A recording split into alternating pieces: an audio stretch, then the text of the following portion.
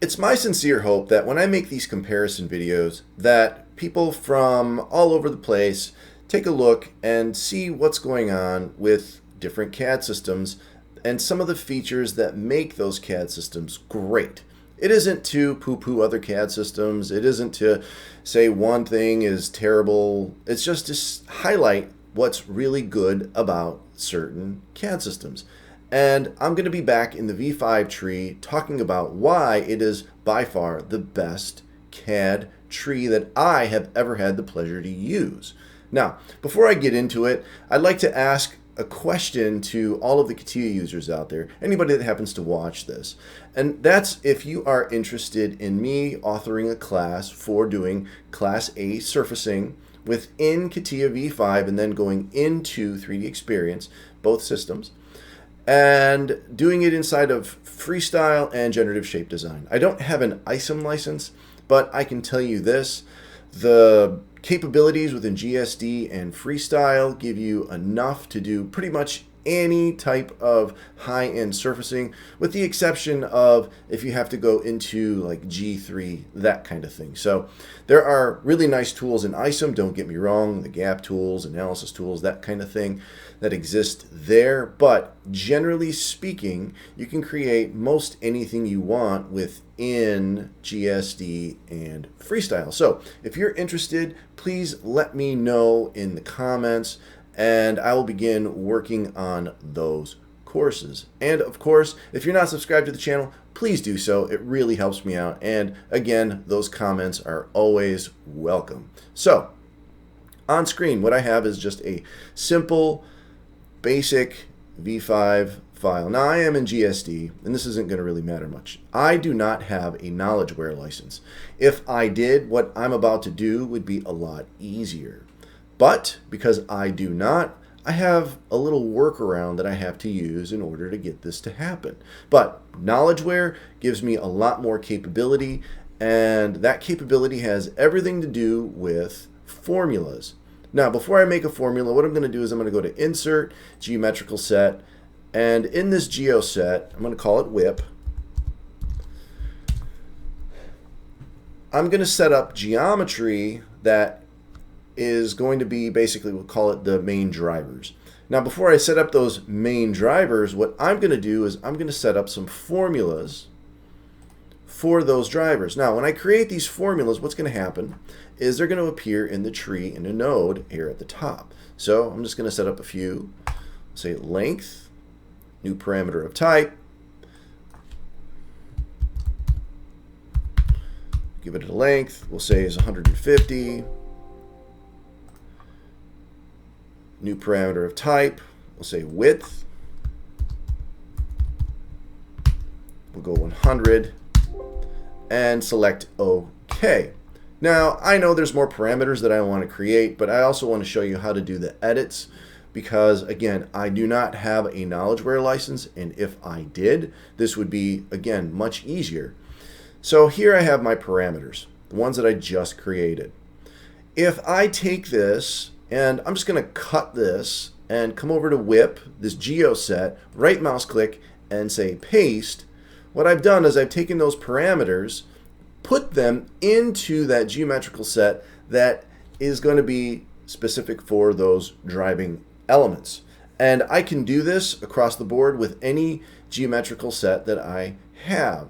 So if I have multiple geosets that have elements in there that are going to be driven from, let's say, different sets of parameters, I can create those parameters, put them in that specific geoset, and go to work. So let's say I want to add a height parameter to this. I'm going to go into Tools, Formula. The issue, and again, this is where having knowledge where I can just pick where I want the stuff to go and it goes, is I don't have that license. But as you can see, it's going to be very easy for me to make that modification. So I'm going to go into my new parameter of type. We'll call this height. And we'll go 100. Select OK. And there's my height. Oh, wait a minute. I want to take this guy, and I'm going to cut and move it into here and say paste. So now when I begin working, I like to lay planes out for everything. So I'm going to set up a few planes. Come in here, reference this guy. The offset is going to be equal, enter, and it puts up this little association window. What do I want this to be? This is going to be my length. Pick that, and now it's associated. Select OK. So what's my width? This is my width. What's this going to be equal to? And then my height. What's this going to be equal to? Equal, enter. Put my height in and select OK. And just like that, I have my linked parameters to my planes in that specific Geo set. So when I come in here and decide, all right, well, I'm going to make a sketch. Come in. Put you here. Select OK.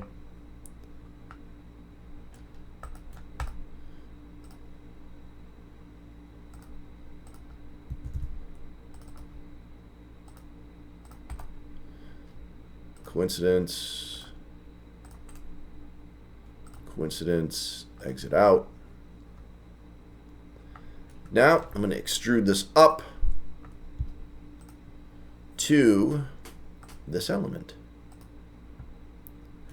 And I'm one of those weirdos that will say up to element on the back side and go to the plane that the sketch is on. Even though it's going to stay 0, I've taken things, moved them to other planes, and maybe I still want that to truncate there. So it's just sometimes I do that depending on the part. All right, there's my extrusion. Now, if I realize, oh, my width, this has got to be 200. Right? It's all linked. My height, oh, wait a minute, I screwed up. This is going to be 75. It's all linked. Now I'm going to create another Geo set.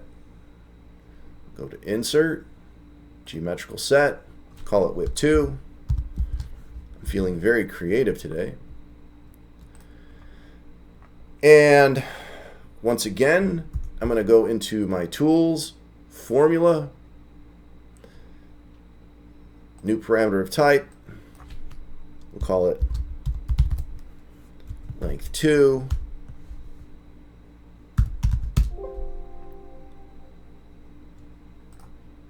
New parameter of type, call it width 2.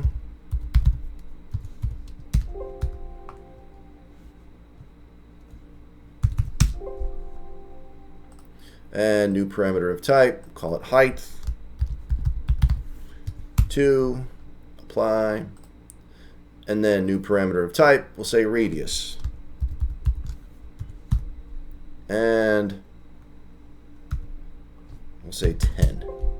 Select OK. So now I'm going to take these parameters, just cut that out, and right mouse click and put them in here. Something else that is really nice about doing things like this, okay, let me go ahead and hide. I'll set up my planes. Maybe I want things to be oriented differently. So for my length, I'll come off this plane. For my width, come off over this way. For my height, yep, I know, I put 0 in. Select OK. And now, come over to my height. I'll say this has got to be 150. Plane goes up, etc., etc. So, I'm going to put in that sketch. Now stay tuned, there's something coming up. I'm going to show you something really neat about this. On top of being able to put it into the Geo set, there's an additional function that I think is very useful. So there are times when I design something and I want to make it difficult for modifications to happen because that's just my nature.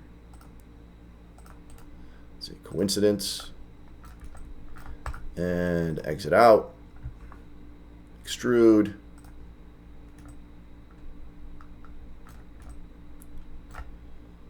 Dimension, up to element, U, select OK.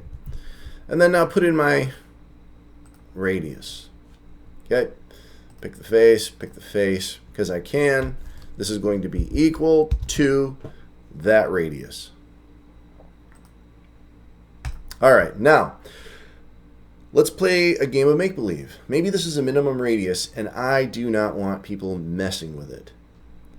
And it's critical that I have that minimum radius value in there because maybe it's a tool value, maybe it's a mold issue, I can't have something smaller, whatever that may be. I can come up to this parameter, right mouse click, and if I come in here, I can hide that. I can also lock it. All right, if I lock it, so you'll see it's locked. I can right mouse click on that and I can hide that. And what happens is, notice parameters. What's this? Why? Well, this is telling you that I have hidden parameters in there. So not only do I have it locked, but I also have that parameter hidden. And that way I'm making certain that whoever is going to take this file knows that there's something going on with that parameter. That parameter should not be modified. And that's one way to do it. So if I come in and look at this, okay, well, it tells me there's my radius is linked to this parameter. If I double click on it, you'll notice if I go in there, come in here, try to make a modification to it, where's my value? Well, it's locked and it's hidden. So there are a lot of really nice things that I can do with those parameters, not just by putting them in the Geo set, but also locking them, hiding them. And there are a lot of other things that it can do that I don't have time to get into in this video. Maybe I'll make another video about it later on. But there are a lot of things additionally that I can do with those parameters that I have not seen any other CAD system do. And having, again, that capability to go into each individual set and have that kind of control is really nice. And, notice it's sitting at the top. What I've done in the past as well is I might go in there, insert a Geo set, and put all my geometry in that Geo set. I'll just leave the default name, and then leave the parameters out here. So that way, people see it. They know that it's there when they come into that Geo set, and they know that these are the parameters that they should be editing. Okay, so that's another reason why I love the CATIA tree. It's because it does this kind of thing. There's a slight little disclaimer. Some of what I've showed you, and I haven't checked in the most recent versions of 3D Experience, like when you do the equal enter, I don't know if it's there in 3D Experience or not. As you see, I do that all the time in V5, but when I would go into 3D Experience and try that same key function, it's gone. There are things in the 3D Experience tree that are not as friendly as the V5 tree. So they're like the equals, and there's other things that I find very galling that they've removed from that 3D Experience tree versus the V5 tree. And that's why I'm very specific about saying V5 I feel has the absolute best tree. There are a lot of nice things in the 3D Experience tree, but there are things that I depended on here that are not there as well. Maybe I'll do a comparison to that later on. I got to do a big update and all that headache with 3D Experience that happens because, 3D Experience. But, my honest opinion is, again, this is my opinion, not that my opinions are coming from the mind of greatness or anything like that, but the V5 tree for stuff like this is best, hands down.